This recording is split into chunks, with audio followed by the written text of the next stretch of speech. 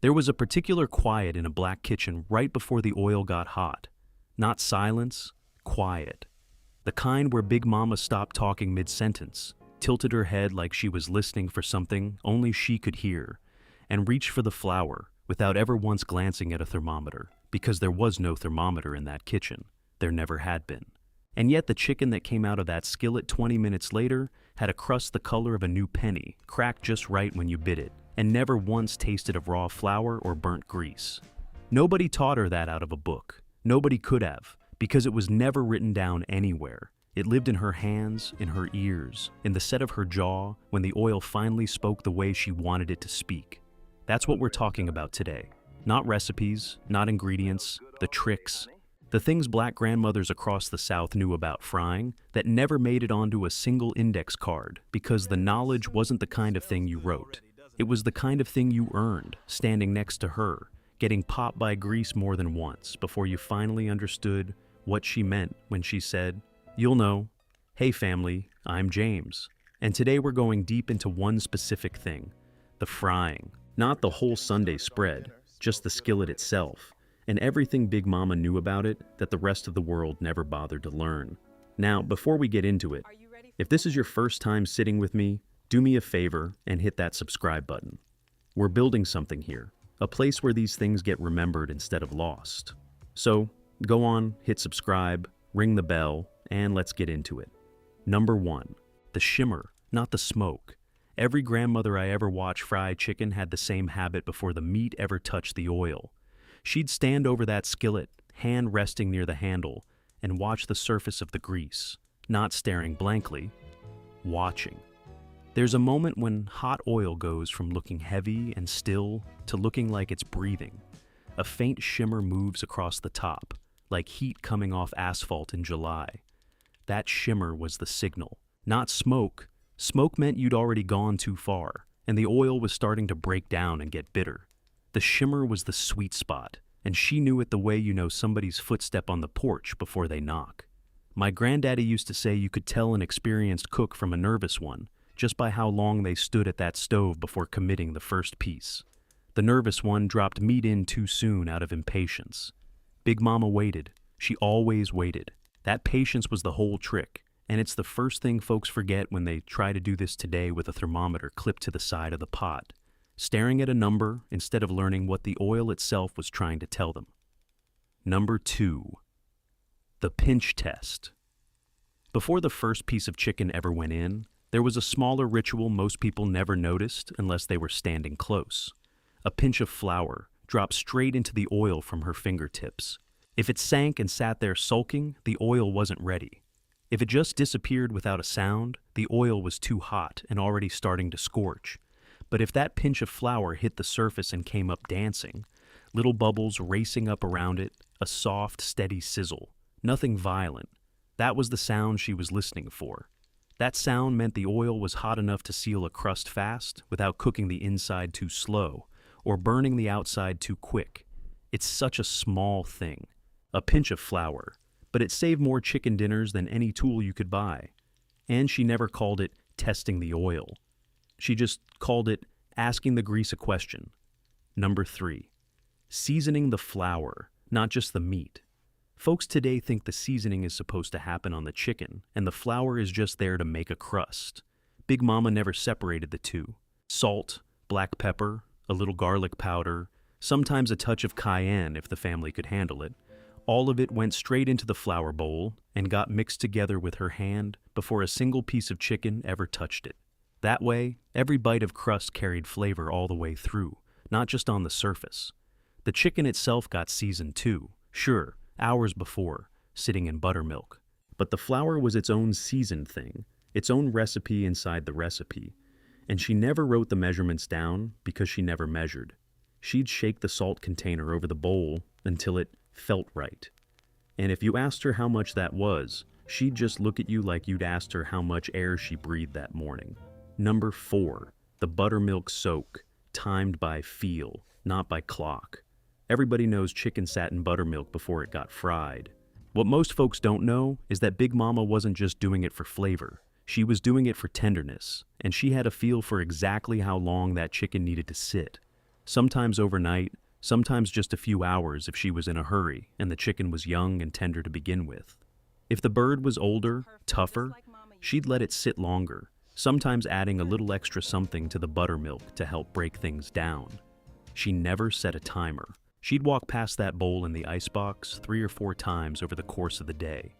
And something in how the chicken looked, how it smelled, told her it was ready.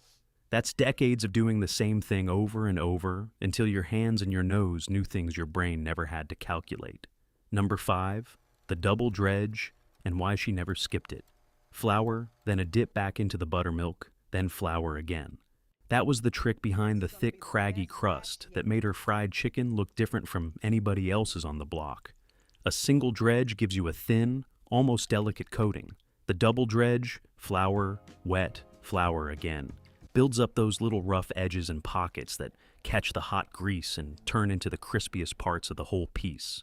It takes more time. It makes more mess. And she did it every single time, without fail, because to her, a single dredge was what you did when you were rushing, and rushing was something she did not respect when it came to Sunday dinner.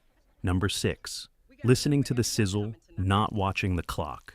Once that chicken hit the oil, the real skill began, because the sound of that skillet told her everything. A steady rolling sizzle, not screaming, not sputtering, meant the temperature was holding right where it needed to be. If the sound started to drop, going quieter, almost hesitant, she knew the oil had cooled too much, usually because she'd put too many pieces in at once, and she'd either pull a piece or two out or turn the heat up just slightly. If the sizzle turned sharp and aggressive, popping loud enough to make you flinch, she knew it had gotten too hot and needed to come down before the outside burned, before the inside ever had a chance to cook through. She wasn't watching a clock on the wall. She was listening to a conversation happening in that skillet, and she understood the language. Number 7, never crowding the pan. This one seems small, but it's one of the biggest mistakes people make trying to recreate what she did. Big Mama never filled that skillet edge to edge with chicken. She left room, space between each piece so the oil could stay hot and keep circulating instead of dropping in temperature the second too much cold meat hit it all at once. If she had a big batch to fry, she fried it in rounds, patient rounds, pulling finished pieces onto a wire rack or a brown paper bag while the next batch went in. Crowd that pan and you don't get fried chicken. You get boiled chicken with a sad, pale crust, and she would have looked at that plate like it had personally disappointed her. Number 8, the color read like a language. She wasn't guessing when she pulled that chicken out. She was reading it, the exact shade the crust had turned, the way the color deepened evenly across the whole piece rather than staying pale in spots. A deep golden brown, almost the color of a well-worn penny, told her the outside had cooked long enough for the inside to follow.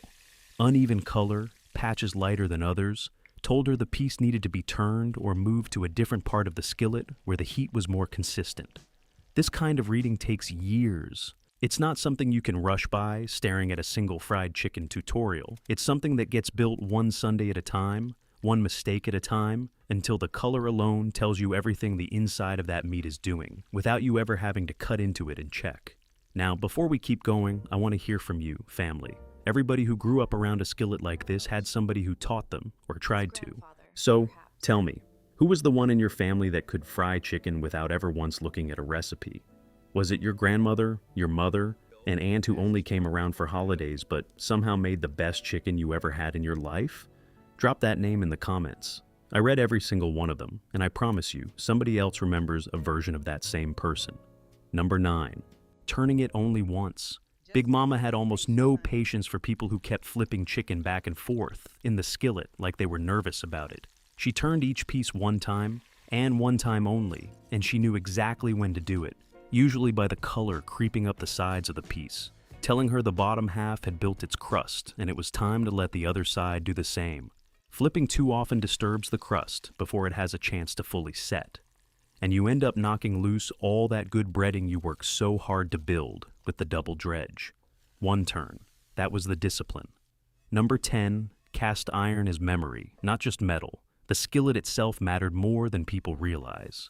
Big Mama's cast iron pan wasn't new.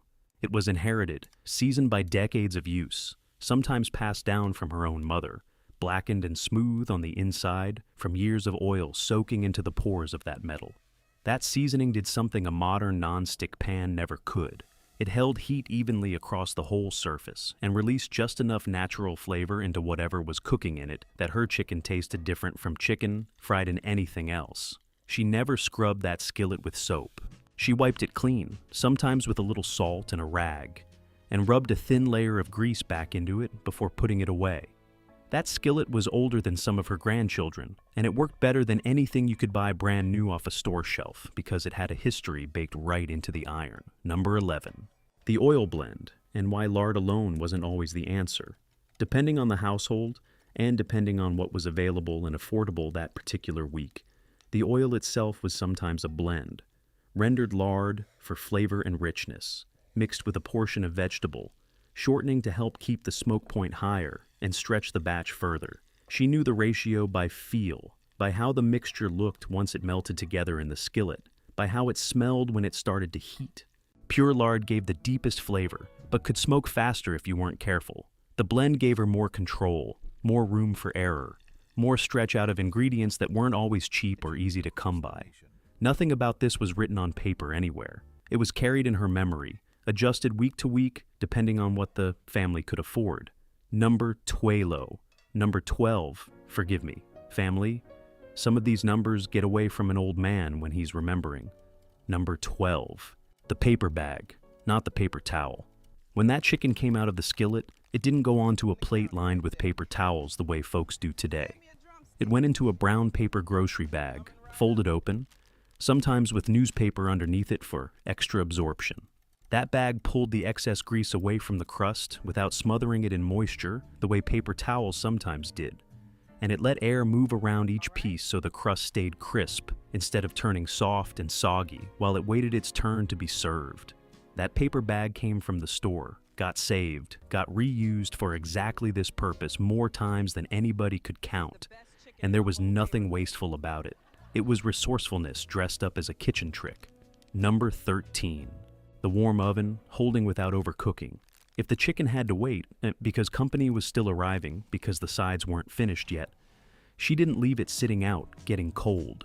She'd slide that tray into an oven set on its very lowest setting, door cracked if the oven ran hot, just enough warmth to keep everything at serving temperature without continuing to cook it and drying it out. This was a balancing act she'd learned through trial and error, through chicken that came out too dry more than once early in her cooking life, before she figured out exactly how low that oven needed to be and exactly how long she could leave it in there before it started working against her instead of for her. Number 14, salting after, not just before. Here's something that surprises people.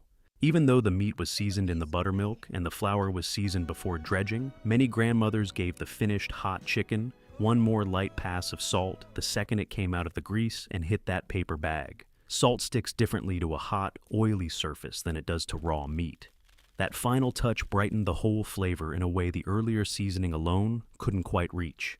It was a small habit, easy to miss if you weren't watching closely, but it made a real difference in that first bite. Number 15.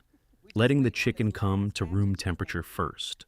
Cold chicken straight from the icebox dropped the oil's temperature too fast and too hard the second it hit the skillet, and Big Mama knew it. So before frying, she'd pull that chicken out and let it sit on the counter for a stretch, coming up closer to room temperature, so the shock to the oil wasn't as severe. This meant more even cooking, a shorter total time in the grease, and a crust that built up properly instead of getting waterlogged, while the inside slowly caught up to the outside. Now, family, real quick, I know some of these tricks are things your own grandmother did without ever explaining why. That's the whole point of this video. She didn't explain because she didn't think of it as something that needed explaining. It was just how it was done. And that's exactly why I need to tell you something important before we keep going. All of this, every trick, every habit, every piece of instinct we're talking about today, it's just one small slice of what these women carried. I've spent years now trying to gather up everything I could from women who still remembered, from families who still had these habits passed down, and I put as much of it as I possibly could into something called the Soul Roots Cookbook. 100 forgotten Black American recipes, written out complete, measurements, method, and the little tricks like the ones we're covering today. the way Big Mama would have done it if she'd ever sat down and written it all out herself. The link is in the description and pinned in the comments. You can also scan the code on your screen right now if that's easier for you. Don't let these things disappear the way so much else already has. Number 16. Reusing oil and knowing when it had given all it had left to give. Grease was not something to waste. After frying, once it cooled, she'd strain it through a piece of cheesecloth or a clean thin dish towel into a jar, catching all the little bits of flour and breading left behind so they wouldn't burn the next time she used it.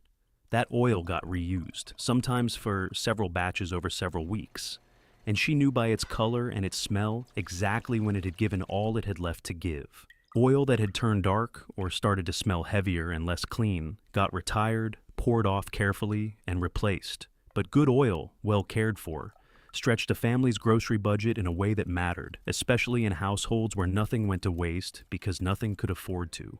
Number 17. Judging batter thickness by the wrist, not a measuring cup. For dishes that used a wet batter instead of a dry dredge, things like fried fish or hush puppies, she judged the thickness by how it moved off a spoon or coated the back of her hand and wrist. Too thin, and it slid right off, leaving nothing behind to fry into that crackling crust. Too thick, and it clumped, cooking unevenly and tasting more like fried dough than a proper coating. She'd add a little more buttermilk, a little more flour, back and forth, adjusting by feel until the batter moved exactly the way her memory told her it should move. No recipe card ever had numbers for this. It lived entirely in her hands. Number 18. The quiet warning. When the sizzle goes silent. If that sizzle dropped off almost completely, going nearly silent, she knew something was wrong before she even looked. Usually it meant the oil had cooled too much, sometimes from too many pieces going in, back to back, without enough recovery time between batches. She'd pull chicken out immediately if she heard that silence start to creep in, turn the heat up, wait for the sound to build back to that steady rolling boil, and only then put the next piece in. Ignoring that silence meant chicken that soaked up grease instead of sealing against it, heavy and dense instead of light and crisp. She trusted her ears over her eyes more often than people realize. Number 19. The bread test, when flour alone wasn't enough proof. Sometimes, especially with a new batch of oil she hadn't used before, she wanted a little more confirmation than the pinch of flour alone. She'd tear off a small piece of bread and drop it in. If it turned golden brown in under a minute, steady and even, the oil was ready. Too fast, and it was running hot. Too slow, and it needed more time to come up to temperature. It was a simple, safe way of double-checking herself. One more small ritual in a whole system of small rituals that added up to chicken nobody could quite replicate, no matter how hard they tried, following whatever recipe eventually got written down, decades later, by somebody who hadn't actually stood beside her at that stove. Number 20. The lid, half on, for the thicker cuts. For pieces like thighs and drumsticks, which needed more time to cook through without burning the outside, she'd sometimes lay the lid over the skillet at an angle, not fully covering it, just enough to trap a little heat and help the inside finish cooking without the crust getting dark too fast. This was smothered frying in its own quiet, undocumented way, a technique specific to thick cuts, and she knew exactly which pieces needed it and which pieces, the thinner wings, the breast cut into smaller portions, could cook through with the lid off the whole time. Number 21. Knowing the skillet's own personality. Every skillet cooks a little differently, and she knew hers the way you know an old friend. She knew which side of the burner ran hotter, which spot in the pan tended to cook faster, and she'd rotate pieces accordingly throughout the frying process. Not randomly, but with real intention, moving the pieces that needed a little more heat toward the hot spot and the ones nearly finished toward the cooler edge. A brand new cook, using that exact same skillet on that exact same stove, wouldn't have known any of that. It took years of standing at that particular stove for that knowledge to settle into her hands. Number 22. Smell as the final judge. Toward the end of frying, she leaned on her nose almost as much as her eyes and ears. Chicken nearing done gives off a particular smell, deep and savory, different from the sharper smell of raw batter still cooking through. If that smell hadn't fully rounded out yet, she knew the inside needed more time, no matter how good the outside looked. This is the kind of knowledge that simply cannot be written into a recipe card with any real accuracy, because it depends entirely on a nose that has smelled that exact transformation hundreds, maybe thousands of times across a lifetime standing in that kitchen. Now, family, before we get to the last few, I want to say something to you directly. You've been here with me through most of this video, and that tells me something about you. It tells me you understand that what we're talking about isn't really about chicken at all. It's about a whole system of knowledge that lived inside women who never once thought to write it down, because nobody ever told them it was worth writing down. I know some of you are thinking, I remember pieces of this. I remember watching. I'll ask somebody in my family about the rest one of these days. Family, I've been doing this long enough to know that one of these days sometimes never comes. That's why I put together the Soul Roots Cookbook. 100 recipes, written out complete, the way Big Mama made them, with every trick and every secret we could gather up before it was too late. You can keep relying on memory alone, piecing it back together from what you can still recall, or you can have it written down, preserved the right way, starting today. The link is in the description and pinned right at the top of the comments. Scan the code on your screen if that's easier. I did my part in gathering this, the rest is yours. Number 23. The resting minute nobody talks about. Right after that chicken came out of the grease and hit the paper bag, she never touched it for at least a minute or two. That short rest let the crust finish setting. Let the juices inside settle instead of spilling out the second you bit into it. Cut into fried chicken too soon, and you lose all that moisture. The frying process works so hard to seal in. She knew this without anybody ever explaining the science of it to her. She just knew that patience at the very end mattered as much as patience at the very beginning. Number 24. Teaching without teaching. Here's a trick that wasn't about the chicken at all, but about how all this knowledge got passed down in the first place. She never sat anybody down and explained these tricks the way I'm laying them out for you today. She'd just let you stand there, watching, handing her things when she asked for them, and every so often she'd say something small. Listen to that, or see how that looks now, without ever stopping to give a full lesson. You learn by being present, by paying close attention over years, not by being taught in any formal sense. That's exactly why so much of it disappeared. The kitchens got smaller, families got busier, fewer children stood close enough, long enough, to absorb it the way it was meant to be absorbed.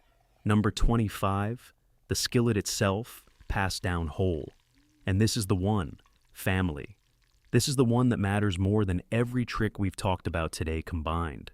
Because eventually, that cast iron skillet, seasoned black and smooth from 40, 50, 60 years of Sunday dinners, got handed down. Not sold. Not thrown away when the kitchen got remodeled. Handed down from one set of hands to the next. Usually with almost nothing said about it at all. Maybe just, this was your great-grandmother's. And whoever received it understood, without needing it spelled out, that they weren't just getting a pan. They were getting decades of decisions nobody wrote down. Every shimmer she'd learned to read, every sizzle she'd learned to trust, every color she'd learned to recognize. All of it was somehow still living quietly inside that blackened iron, waiting for somebody patient enough to stand there long enough to learn it all over again. If any of this brought something back for you, go ahead and hit that like button right now. Subscribe so you're here with us every time we do this. And drop a comment for me. What's one thing you watch somebody do in the kitchen that you never once saw written down anywhere? Tell me about it. I read every single one. James pulled back from all of it now, because that's what this was really about the whole time. It was never just about chicken or oil or a skillet. It was about a kind of knowledge that lived in the body instead of on paper. Knowledge that had to be witnessed to be understood, that had to be earned standing close enough to somebody who trusted you enough to let you watch.